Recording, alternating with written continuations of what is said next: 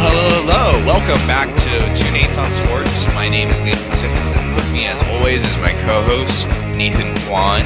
And joining us later will be Evan Tenenbaum to talk about spring training. But the big news this week, obviously, is March Madness. But on top of that, we also have NBA talk, as well as more NFL free agency and some losses suffered by the Dallas Cowboys. But let's go ahead with some March Madness. Nathan Kwan, any big observations from you?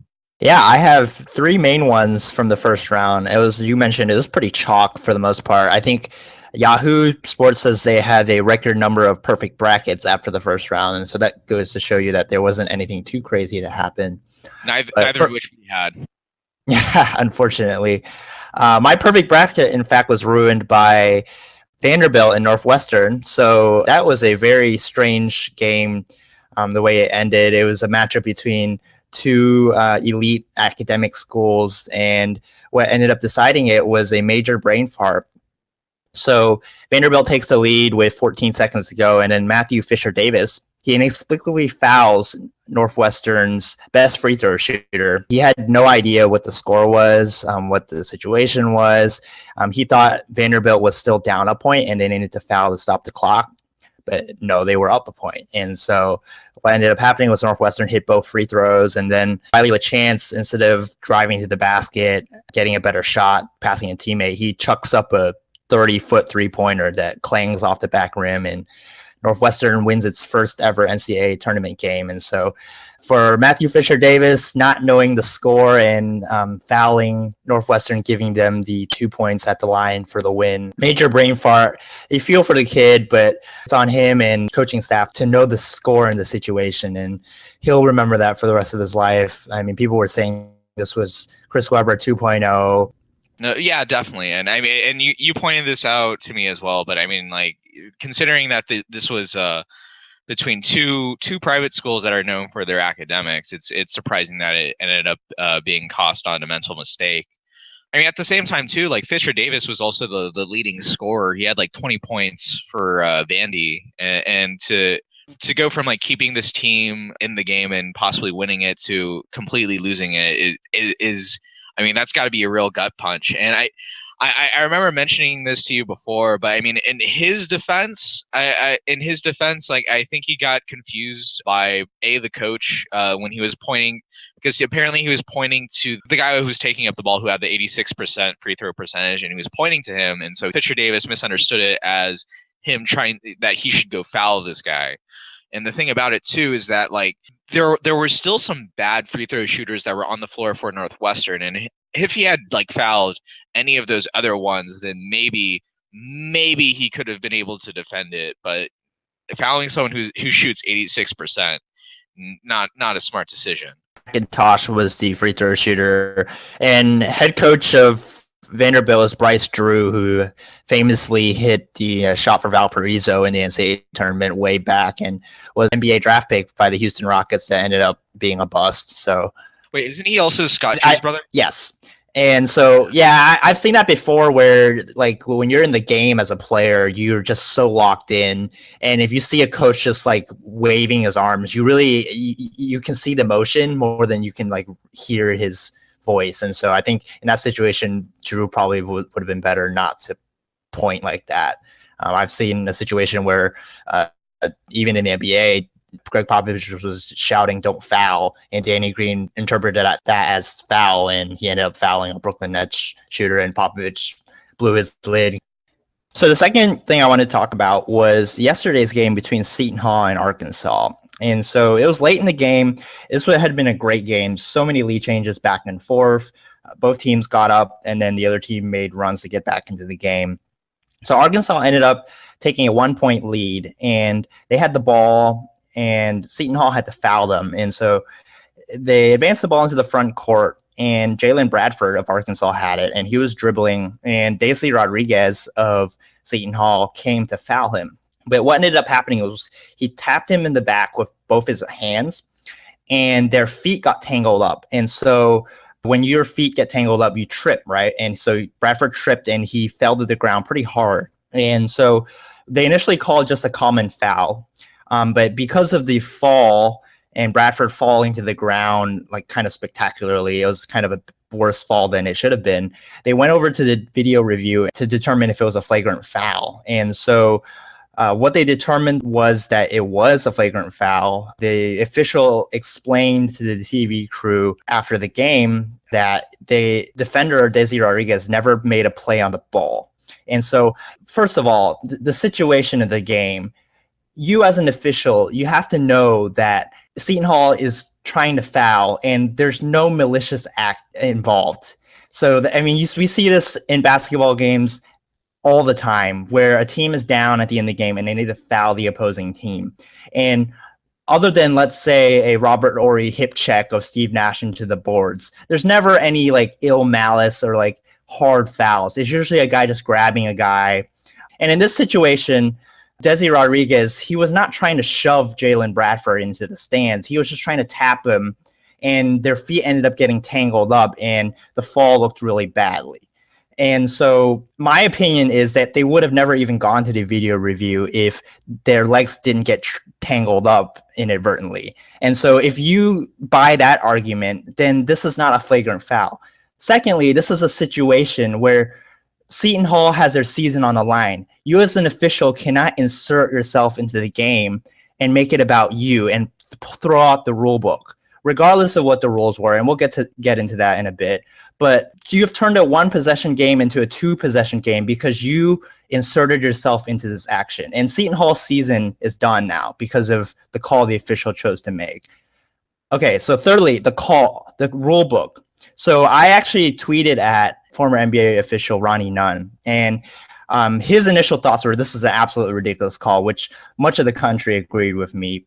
But apparently in FIBA and in NCAA, there's a rule that you have to go for the ball when you're intentionally fouling. And if the official deems that you didn't, quote unquote, go for the ball, then they can, in their estimation, call a flagrant one foul, which is absolutely ridiculous. If you've ever played basketball or even watched basketball, coached basketball, done anything around basketball, when players are trying to foul other players in crunch time, they never go for the ball. They wrap up the guy. Yesterday we talked about the Northwestern Vanderbilt game. Fisher Davis wrapped up the Northwestern player around the waist.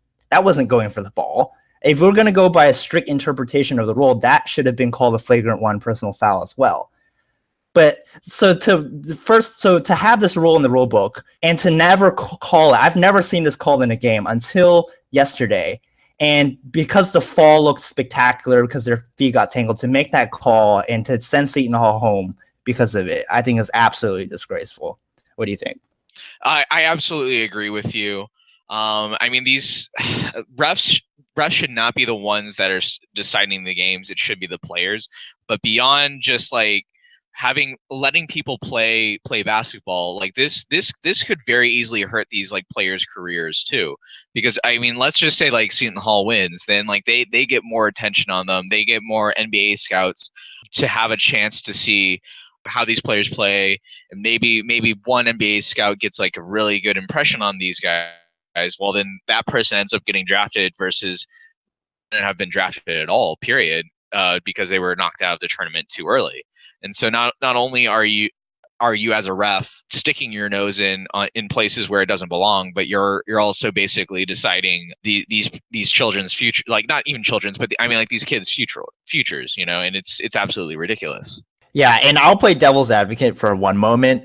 There's some arguments that said that was quote unquote excessive contact, that he didn't need to put two hands in the back. The official explanation from both the referee at the game and the NCAA official that was interviewed on TNT after the game was that he didn't make a play on the ball.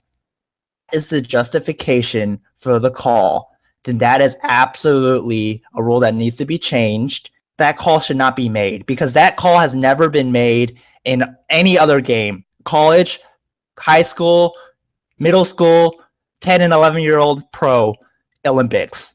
And you don't make that call at that point in the game. That's all I have to say. Finally, I want to talk about SMU. So SMU was the team I picked bandwagon on since Texas is out. And There's really no other Texas team that was in this tournament. And they got off to a good start against USC. And they could build a big lead, but USC has been coming back from double-digit deficits all season long. And so they came back. They switched to a zone defense, and SMU really couldn't solve it in the final 6 or so minutes. All their points that they scored were off kind of hero ball, isolation, step back threes, late in the shot clock. And their final 3 possessions were really bad. They first stepped out of bounds, and then they got an offensive rebound and a foul call. And that when they were down 1, and the officials inexplicably went to the monitor to review 2 calls from the previous play, a 3-pointer for USC, whether it was 2 or 3, which you could tell within half a second it was a 3-point shot. It wasn't even worth reviewing. And then second, who the foul was on. And you could tell within half a second who the foul was on as well. And so they ended up freezing a 61% free throw shooter for about a minute. Ben Moore ends up missing the free throw. USC inbounds and they get fouled. They missed their free throw. And so SMU has 3 timeouts remaining, and their head coach inexplicably decides not to use any of them. And they aren't quick with the ball getting it up. And they ended up getting a forced runner from about 10 feet that was very well contested, and they went home. And so really a kind of meltdown. They had that game in hand, and just they couldn't solve that USC zone. And in the final 3 possessions where they stepped out of bounds, the officials freezed the free throw shooter and he missed. And then they didn't drop a play to get their best player, Semi Olaje, the ball. It was not a good way to end for the SMU Mustangs.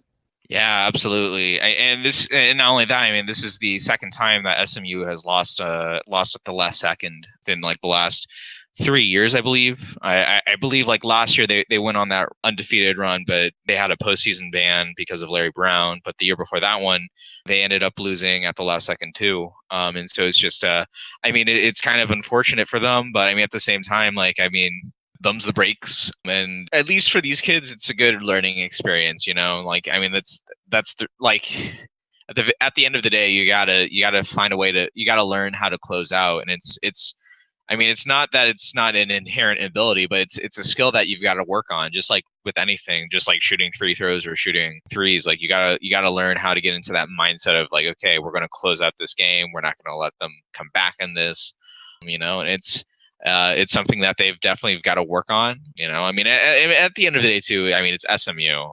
I mean, it's a small private school too, so it's, I mean, they're still doing okay. They're still doing okay at the end of the day. But you feel for them, especially, and I mean, to be kind of selfish on this, but I mean, like we both of us had SMU beating Baylor in the second round. So, I mean, me personally, it's just more so because I hate Baylor so much. But you know, it is what it is. Yeah, well, I guess just going over briefly the Big 12, we talked about the teams and the representatives and how we thought they might do. Iowa State ended up squeaking by in the first round, and so they have a big game against Purdue, which should be a hell of a matchup in the second round. We'll see if their sharpshooting and Monte Morris can continue. Kansas is the top seed. They had no problem in the first round. They play Michigan State, one of your Final Four representatives in the second round. So I think you think Kansas is going down.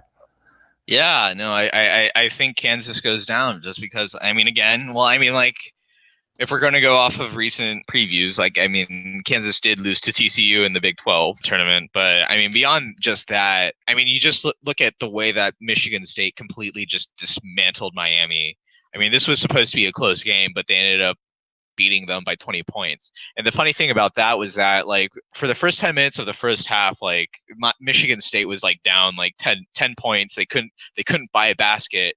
And then they just like turned on the brakes and basically outscored Miami by 30 points. And it wasn't even a close game like 2 minutes into the second half. Like, it was just, they just completely obliterated Miami. And so I picked them before that. And the big reason why I ended up picking Michigan State to make it to the Final Four is just because, like, I've been burned so many times by Tom Izzo devil magic. And so I'm just like, you know what? I'm just going to ride the Tom Izzo train, see how it goes. And beyond that too, I mean, like, I know Bill Self has Josh Jackson and Mason on his team, but I mean, like, Like we've seen what Tom Izzo can do with someone like Draymond Green, and he has someone that, well, I wouldn't say is exactly similar to Draymond Green.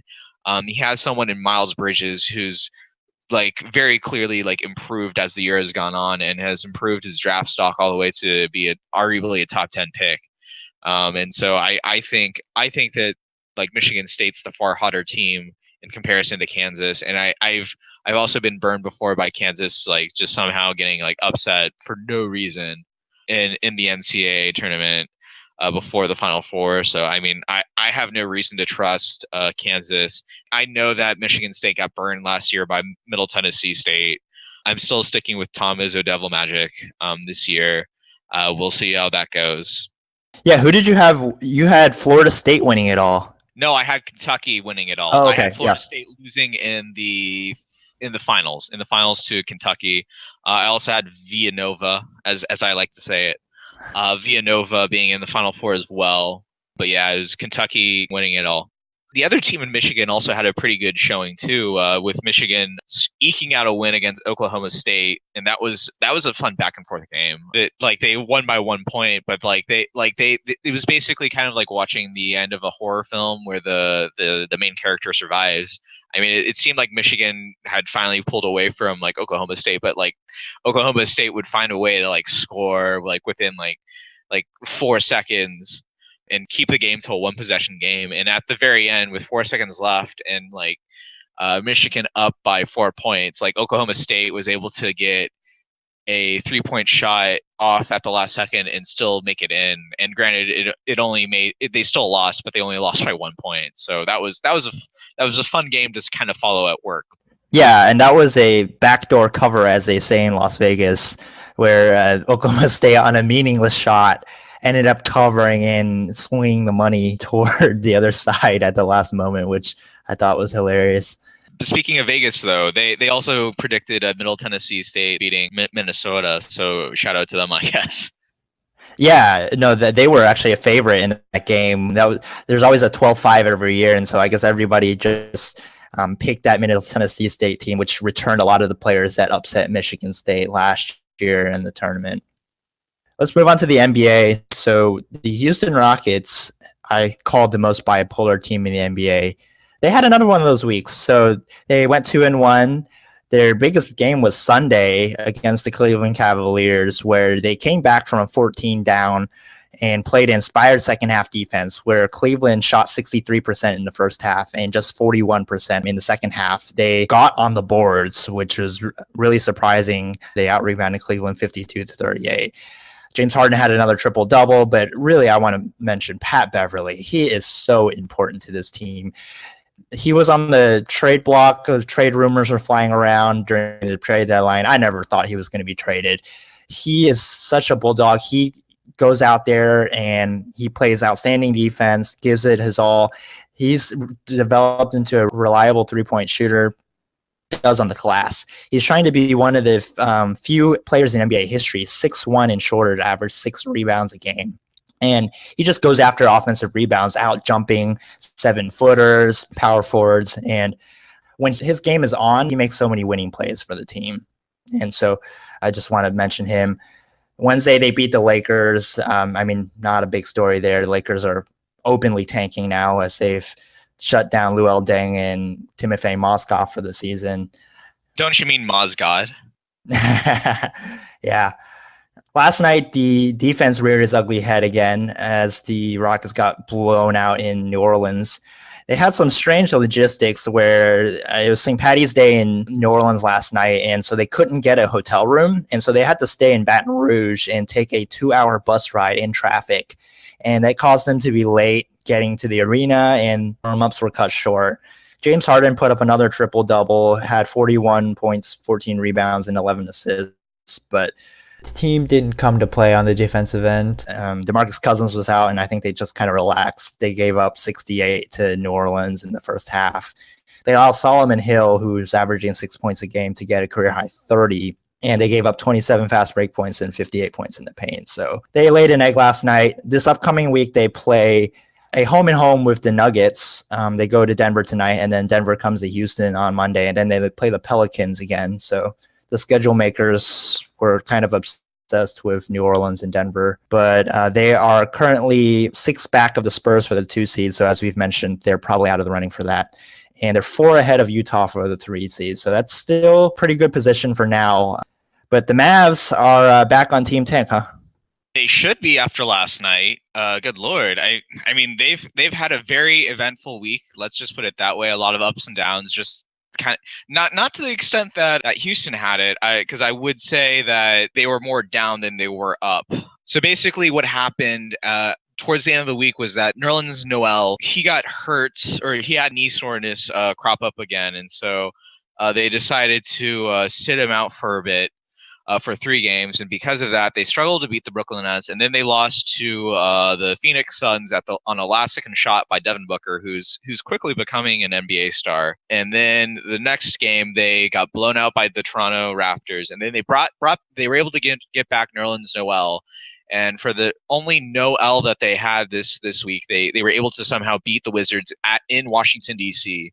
And so it seemed like, okay, like maybe we might be getting that playoff push again. And then last night, they got blown out by the Philadelphia 76ers by at least 40 points. No one seemed to be able to get a shot going. And it was just horrendous basketball. And the person that we ended up trading Nerlens Noel for, Justin Anderson, ended up having his best game in his career against us. So, I mean, screw us, right? But at the end of the day, can't be too mad about it. I mean, that's been the big reason why I've been on Team Tank this whole time, is that at the end of the day, we don't have a consistent primary scorer, nor do we have someone that could really lead this team going forward or facilitate the ball. Like right now, Seth Curry, who was having an incredible run coming out of the All-Star break, he's been just completely inconsistent since then. For the past 3 to 4 games, barely getting double-digit points. Yogi Ferrell is showing the reason why he's not really much of a starting point guard at this point. And then Dirk, after getting the 30,000 points, was having a pretty decent run. And then this past game against Philly, he struggled along with the rest of the team, as well as Harrison Barnes, who also been doing pretty well up until this past game. But yeah, I mean that's why we need to tank this year, and that's why I've been sort of annoyed with everyone that's been saying we don't have to. We definitely have to, but we'll see how things go. Your thoughts? Yeah, I think with the point guard depth in the draft, I think getting the best draft position is wise for the future. So in other NBA news, Steph Curry was on the Dan Patrick Show this past week, and Dan asked Curry who he thought the MVP should go to, Russell Westbrook or James Harden. And he said Harden because of the record and the impact that Harden's having on the team winning. And I wholeheartedly agree. I think there's this notion that because Russell Westbrook might average a triple-double this year, that he should BP. And I think while that is valid, it's really hard to do that. I think you have to remember that Oscar Robertson, the only other player in the NBA history that's done that, didn't win the MVP the year he did that. And you have to take into account winning. And the Rockets are the 3rd seed in the West, and Oklahoma City is 7th. And there's this notion that Westbrook doesn't have as much around him as James Harden, and therefore you shouldn't count Westbrook because of that. You have to remember in the beginning of the year, Oklahoma City was picked by every outlet, ESPN, USA Today, CBS Sports, Sports Illustrated, Las Vegas, to finish with a better record than the Houston Rockets. And Victor Oladipo is coming off 18-point-a-game average for the Orlando Magic. Steven Adams is a great defensive player inside. Enes Kanter is a great post-up player. Andre Roberson is one of the best perimeter defenders in the NBA. And then you think about who they picked up at the trade deadline. Does not have a lack of talent on that team. Okay, so that argument is absolutely ridiculous, where, Harden has better players around him. That's why the Rockets are a better team. You have to look at the rosters, and you have to look at people projected at the beginning of the year and what's ended up happening. Pretty much agree. I mean, like people forget too that like going into the season, like a lot of people were assuming that the Rockets would be worse without having Dwight Howard on this team, but they very clearly, those people were wrong.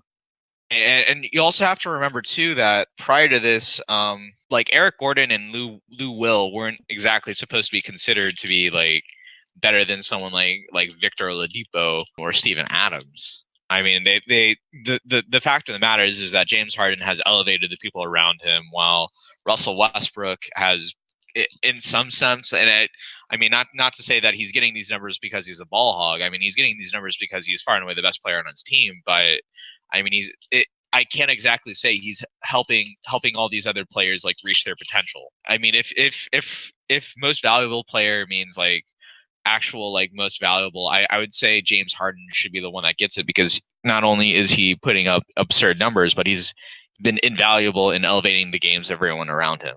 Yeah, and there was a great Sports Illustrated piece on the evolution of Harden. He was talking about everything that happened the past couple of years, the whole relationship with Khloe Kardashian and all the media circus, paparazzi that came along with that, his relationship with Dwight Howard, and really how he had to simplify his life and get it back in order and get back to winning, learning a new position with a new head coach, trusting his teammates. He actively in games not only goes for his numbers, but he tries to get his teammates involved early and often. He thinks about when's the last time Trevor Ariza got a shot off? When's the last time Pat Beverly got the ball?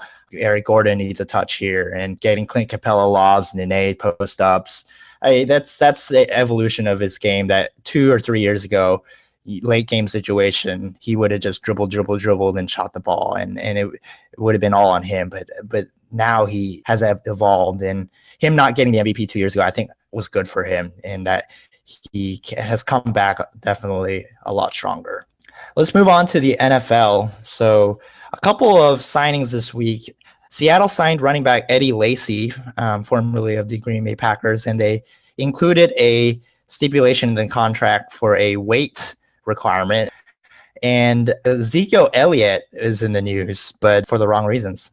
Yeah, Zeke, not the smartest move. And so this past weekend, there was a St. Patrick's Day parade in Dallas. I mean, I live in Austin now, so I wasn't able to go. I mean, we have our own thing called South by Southwest, if you haven't heard. But so basically, Ezekiel on camera pulled up a woman's shirt and exposed her breasts to a bunch of onlookers. I mean, the woman's not pressing charges, so I mean, apparently she's either okay with it, or like she knew Zeke and was like, you little scamp. But just, I mean, at the end of the day, it's just not. I mean, it's not good. Like, he shouldn't have done that. Period. End of story. Like, I mean, it's just like, come on, man. I mean, and then on top of that, like, I mean, he also seems to be getting this reputation where he has kind of a bad interaction with women and whatnot, and so it's just sort of like to add that to the cloud of suspicion around that is just not smart in and of itself. But I mean, at the end of the day, he shouldn't have done that. Period. End of story. Yeah, totally agreed. The Cowboys also, they have lost both their starting corners in Brandon Carr and Mo Claiborne. And so what are your thoughts about that? I mean, in and of themselves, I mean, like, losing those two, I would have been fine with like losing one or the other, but the big thing to me too right now is that we've lost four people that have that played a ton of minutes in the secondary, and we've only replaced them with one player in Nolan Carroll, who last year struggled after coming back from injury. But right now we seem to be kind of behind the 8 ball, and it looks like we're going to have to rebuild our secondary on top of trying to rebuild our defensive line. And so while I understand that they're kind of strapped for cash, I mean, I don't see this Dallas Cowboys team be able to put up the record that they had last year. I mean, I still think they'll compete for a playoff spot, and they still have a chance to win the NFC East. Especially with the offense that they do have. And the thing about the offense is that they were able to pretty much keep most of everyone outside of 2 offensive linemen, but they already had in-house replacements for them, and they can always draft someone in the later rounds to at least have like an extra body there. But I mean, I'm a little bit confused that they weren't able to at least keep one of them. And at least have some sort of like transition towards a future with that position too. I mean, like, at the end of the day, they were probably going to try drafting a defensive back in the first or second round, but now that becomes like a huge priority, and now you can't use that draft capital on trying to get a true lead pass rusher. And so you're just going to pretty much be hoping that either one falls to you, or that you can develop someone that you already have. on your team to fill that role. But we'll see. I mean, I don't think this is going to severely handicap the Cowboys going forward, though, especially since, again, like going into next year's offseason, they should have a ton of money left open. And so from there, they could probably spend a lot more. And this isn't as bad as like the Texans letting like AJ Boye like walk for free. I mean, at the end of the day, Mo Claiborne was someone that struggled to stay healthy, and even when he was healthy, he wasn't exactly amazing up until like last year. And even last year, like his play once he tried coming back the second time around, he wasn't all that good. And Brandon Carr, I mean, he was also someone that seemed to turn it around a bit last year, but unfortunately, I mean, he's already 31 years old, and he's only going to get. He's obviously only going to get older from here, and once as you get older, your body doesn't keep up the same way it once was. So, well, again, these are replaceable people, but it's going to be a lot harder to replace them this year. Yeah. So Tony Romo is still on the Dallas Cowboys. So it seems Jerry Jones is intent on getting a trade for him. There doesn't really seem to be a market. I mean, Romo has that huge contract, and the Texans have the reports that they're not interested in making a trade with Dallas. Denver hasn't bid on a trade as well. So I guess my question is this really fair for the Cowboys to kind of hold Romo hostage? I think he already released that Instagram, Twitter video that, saying kind of goodbye and thank you to the Dallas fans, and you're kind of holding him in limbo. What do you think? I think it's absolutely fair. I mean, like at the end of the day, this is a business, and while I won't exactly say like the Cowboys have a ton of leverage in this situation over other teams, like, I mean, like at the end of the day, you're there to try to get the best players on your team, and if you can get something for him, and I mean, I'm saying like literally just something, like maybe they include him in a trade with their first for like to move up a few spots in the first round. Like, I mean, we're talking about very, very simple baseline stuff. I mean, if you can do that, then you can go ahead. And I mean, like, while I would definitely say like like Romo carried this team for his entire pretty much tenure.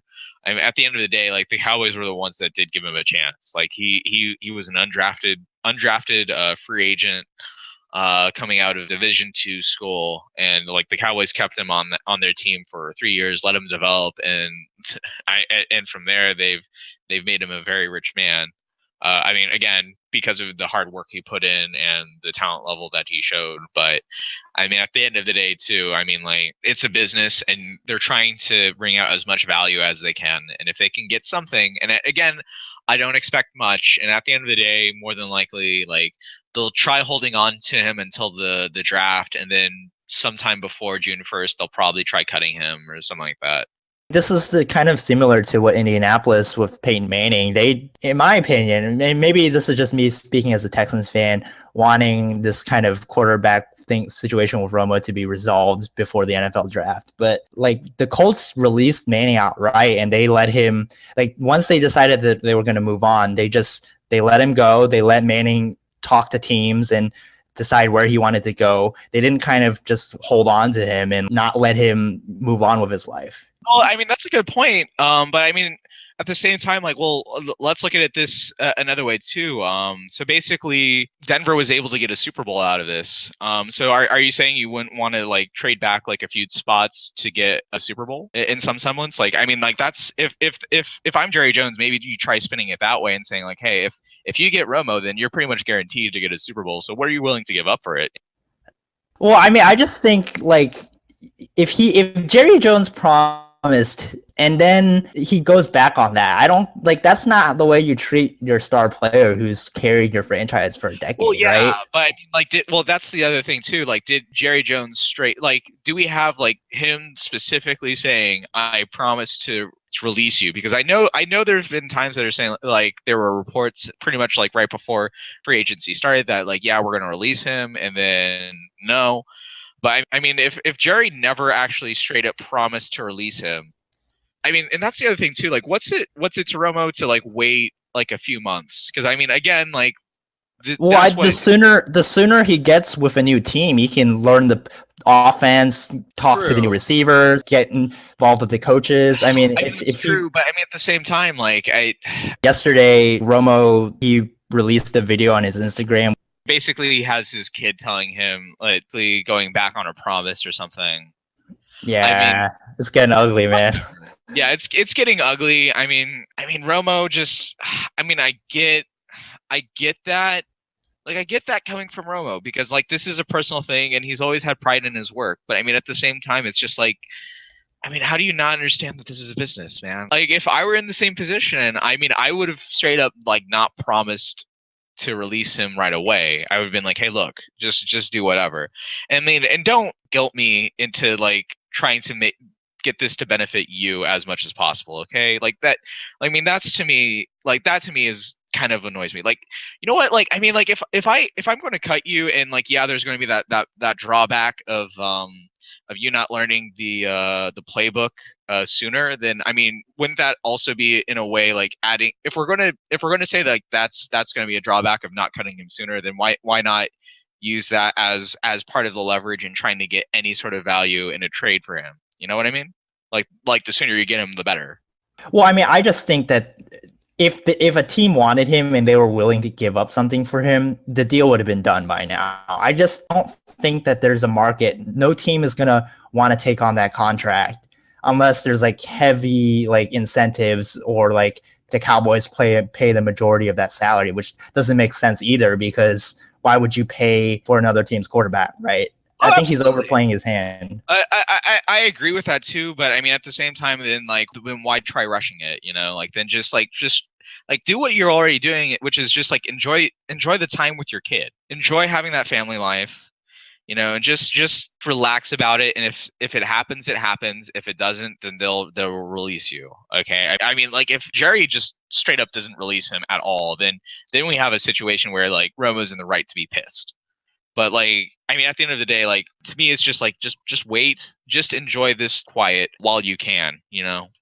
Well, let's move on to spring training. So let's talk about the Astros, and then we'll bring in Evan. So the Astros released their first wave of cuts. So Brady Rogers is the most notable on that list. He was the Pacific Coast League Pitcher of the Year last year in AAA, and he's going to start the year back in AAA. He struggled this spring, and he just needs a little bit more seasoning. And the Astros are just loaded in their bullpen, a lot of veterans there. So it was tough for him to break in. Brian McCann, who had struggled, he kind of broke out of it. He hit 2 home runs this week, so good for him. Carlos Correa also has been absolutely mashing it in the World Baseball Classic. Some of the key offensive players for this upcoming year looking good. Also, the pitching looking good. Dallas Keuchel has thrown 7 scoreless in 2 spring starts this week, and he's reported 100% healthy, and it seems like he's ready for the season. Colin McHugh has also made his first spring start, and Mike Fiers, who missed his previous start due to a sore hamstring, will make his next start next week. And so the pitching looks good. AJ Hinch has still yet to announce a 5th starter. That race between Joe Musgrove and Mike Fiers. I think Musgrove will end up getting it. He hasn't been pleased with his performance, but Hinch has made comments that Musgrove's just really tough on himself and just is a perfectionist. And so I think there's more upside there. And I think Fiers is a guy that can pitch out of the bullpen and be effective there. As we mentioned at the start of spring training, the World Baseball Classic, with the Astros having so many players there, it would help some of these younger players that haven't gotten a lot of ABs at the major leagues and haven't really made a name of themselves up at the majors yet. Colin Moran, AJ Reed, and Tony Kemp are the top 3 who have taken advantage of the opportunities. Moran is hitting 379 so far this spring. He came up last year, played a little bit of third base for about 20 games or so, and then he went back to AAA. Didn't really hit major league pitching that well, so good to see him be successful. AJ Reed, who was a big first base prospect for the Astros, he played down the stretch for them, but he really never took off offensively. He's hit 333 with 4 home runs and 11 RBI this spring, so good for him. And then Tony Kemp is a kind of a utility player, can play the outfield and the infield. He's hit 286 this spring. He's been up and down. These are all players that probably won't start the year in the majors just because of all the depth the Astros have and all the veterans that they've added over the offseason. But if there's an injury or there's a veteran that's struggling and they're playing well in AAA, I think they could definitely make an impact for this season and beyond this year. But let's bring in Evan now and talk about the Rangers. All right, so more busy stuff going on this week in Rangers camp. They're currently playing the big league weekend in San Antonio. The second game is this afternoon between them and the Indians. But other cool stuff happened surprise this week. Obviously, the bottom of the starting rotation battle is heating up. A bunch of different things happened this week. Number one, Andrew Kashner, had another good throwing session after he was shut down last week. So he's starting to get over his bicep tendonitis. He'll be reevaluated this next week and see how he goes and getting back to full health. He's still on track to miss the first week of the season, but it's good news for him that he won't be missing a significant amount of time like most of the beat writers initially thought. So panic time is kind of over in the surprise camp. Additionally, Tyson Ross threw a 35-pitch bullpen session yesterday. No issues there, so he'll obviously progress to the next highest, which I believe is 50 pitches. After that, he faces live hitters, and he should be on track to start rehab in April when the season begins.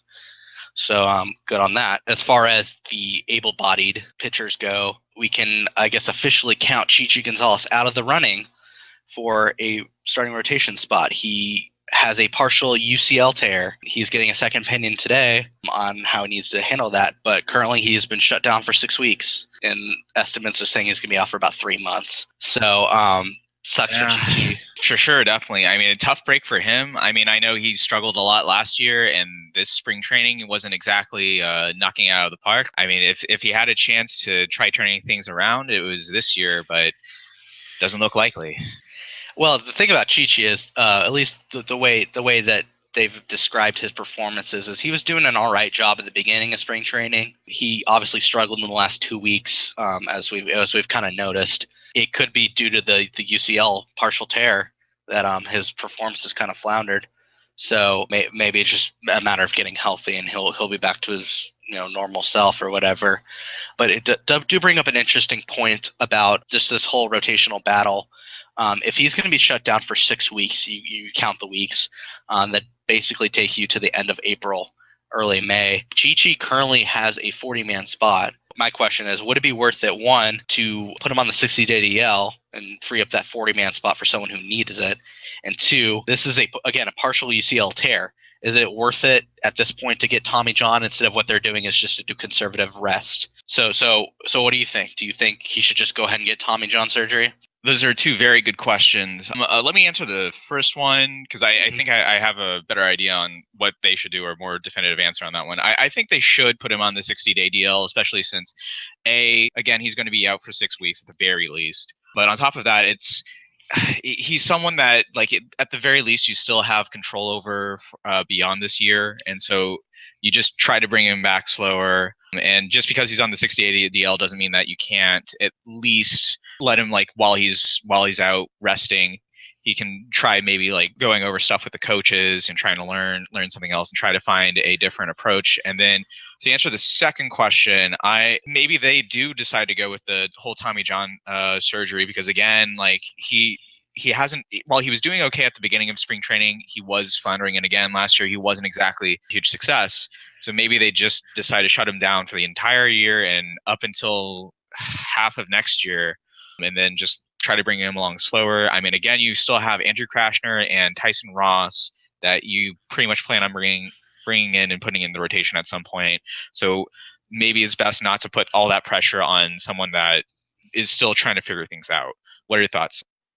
Well, I think as far as Chichi goes, I believe he turns 25 this year, and this is his second year of pre-arbitration. So he'll have next year as his third year.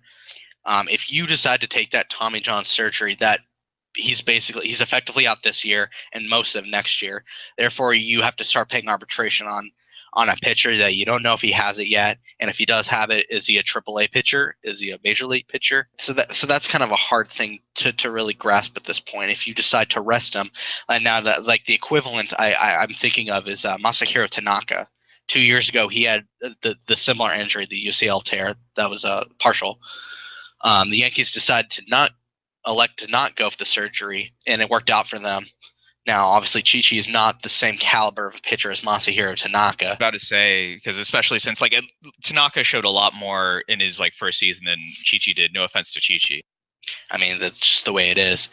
But you got to think, if you're worried about that arbitration clock, then you might want to just, again, be on the conservative side and not go for the Tommy John. See if he has anything this year that contribute to the major leagues. If not, then I don't know, maybe he becomes trade bait, or as part of the last player in a package deal. Obviously, he doesn't have that much trade value at this point, but again, still at the end of the day, he still has that pedigree of being drafted in the first round, and so I mean, you'll probably find maybe one team willing to gamble as long as the price isn't that big. I mean, I'm thinking someone, for example, like Tanner Rourke at the time he was traded, no one expected anything, and all we got was Christian Guzman. So I mean, something in that type of trade where no one expects much of anything from either of the players. The difference was Tanner Rourke was in low A ball. Chi-Chi has major league service time, so that's a completely different market in that case. That is true. Yeah. I think again, his trade value, I guess, is in the fact that he still has all of his arbitration years +1. So that might, for any team that would look forward to, control of a pitcher. But yeah, he's going to be out for 6 weeks at minimum, 6 weeks to 3 months. He's put in the back of the line. As far as the other rotation candidates go, Griffin is, I guess you could say, is back in the circle of trust. He threw 4 scoreless innings against the White Sox last week, and then yesterday in San Antonio, threw 5 innings, gave up 3 home runs. Now you got to understand the Alamo Dome, the right field porch is 272 feet, and all of those home runs went over that porch. That's not a home run in any other ballpark. After those home runs he gave up, he did not allow a single hit for the rest of the game. So praise him for another solid performance. That those wouldn't be home runs in other ballparks. So he seems like he's gone back in the circle of trust. He'll probably get a rotation spot. I just like the idea of Jeff Bannister being like Robert De Niro in Meet the Parents. Yeah. Yep. And then as far as, I guess, the last rotation spot, it would be down to 2 unique guys. Again, we've talked about Michael Housechild with the Rule 5 pick, who had a similar 4-inning scoreless game on Sunday, and he struggled a little bit yesterday in the split squad game, but he's still looking favorable because of his Rule 5 designation. Yeah.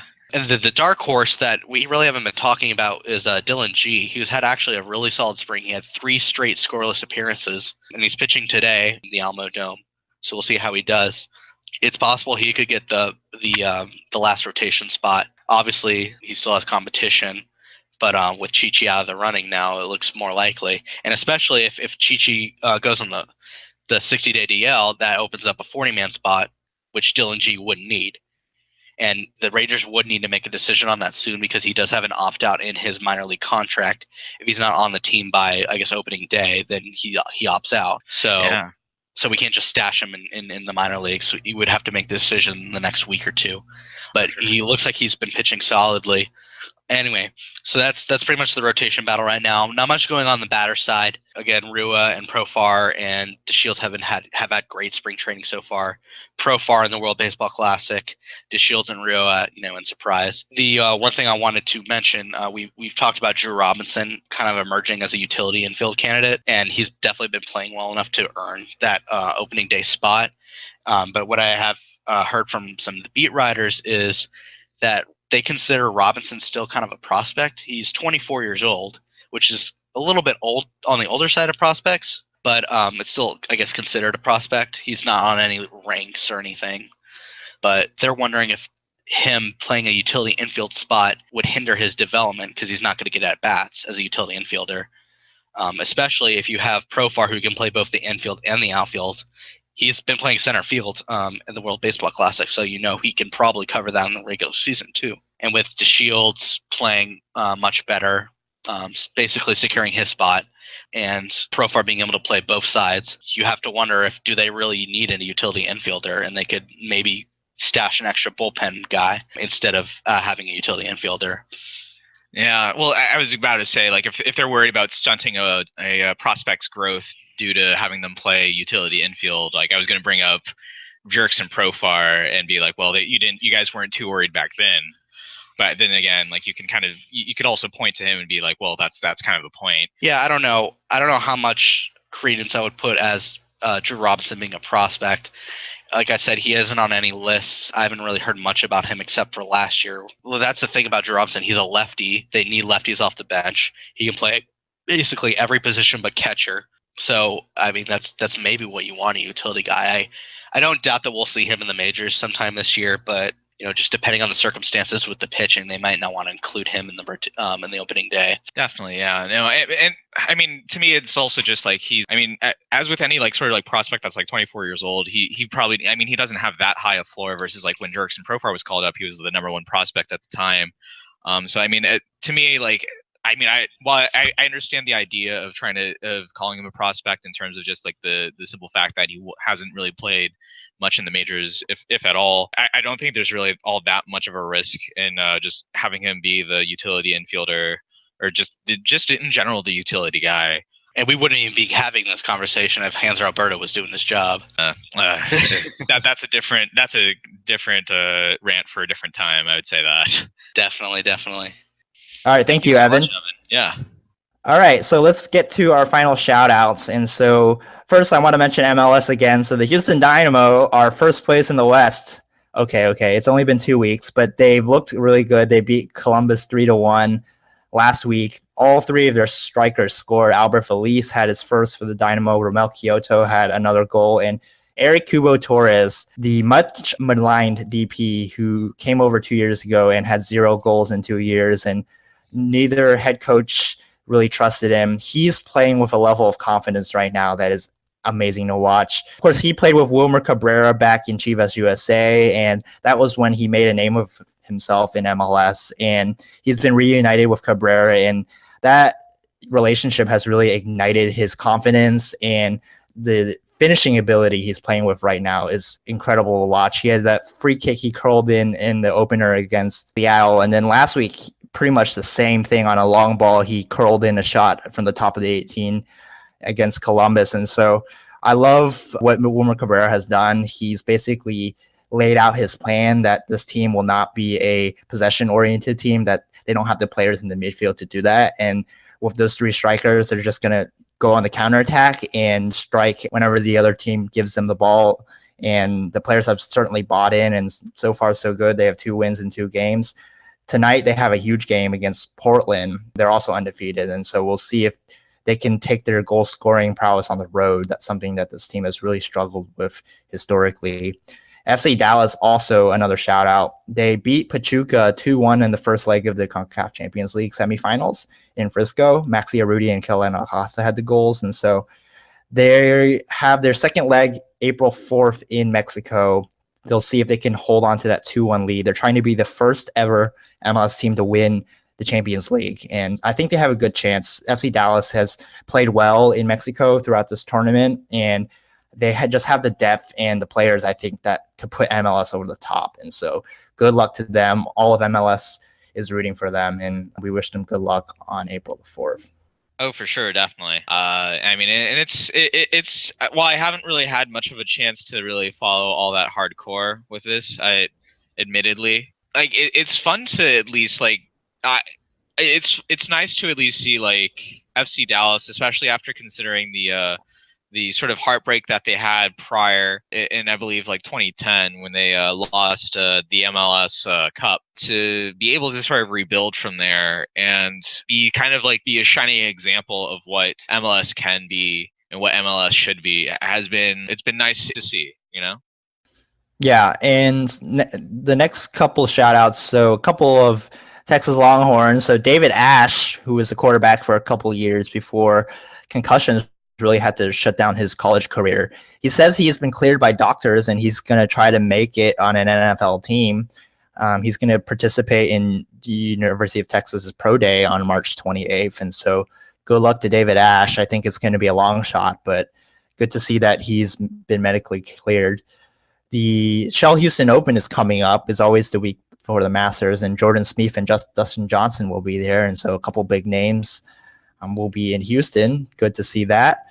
And one more golf note, Cody Gribble He's a Texan at the Arnold Palmer Invitational yesterday at the par 5 6th hole. There's an alligator on the course. And he, being the Texan he is, just casually walked over, slapped the alligator in the back, and the alligator slipped back into the water. And so shout out to Cody Gerbil for just casually dealing with alligators. Dude, awesome, yeah. All right, so shout out to the UT baseball team for beating A&M this past week. It's been one of the few times where a Texas team has actually been able to play against A&M, but I was able to listen to it a bit on the radio, and definitely the rivalry is still there, and the fans are still very intense about this. And I mean, it would be nice to see the rest of the rivalry brought back in all the other sports, but at the time being, we can be held over by the fact that UT squeaked out a bit of a win over these guys, just like they squeaked out a win over them in football the last time they played each other.